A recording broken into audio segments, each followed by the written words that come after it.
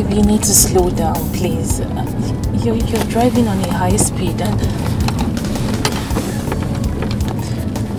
I know you're upset, but it's not what you think. It's not what I think. How stupid and naive do I look to you? Eh?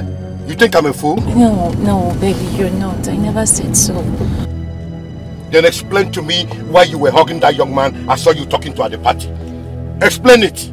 I already told you he was my classmate back then in school. Nothing more. I don't know why you find it difficult to believe anything I say.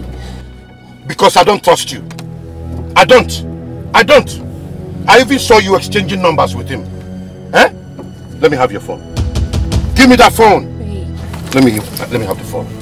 I'll throw it away and I'll get you another phone. Yes.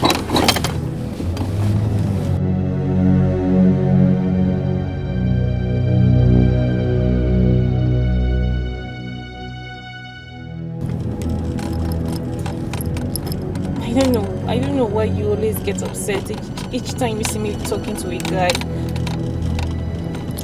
Even when you know I will never do anything to hurt you, I will never cheat on you. You know that very well.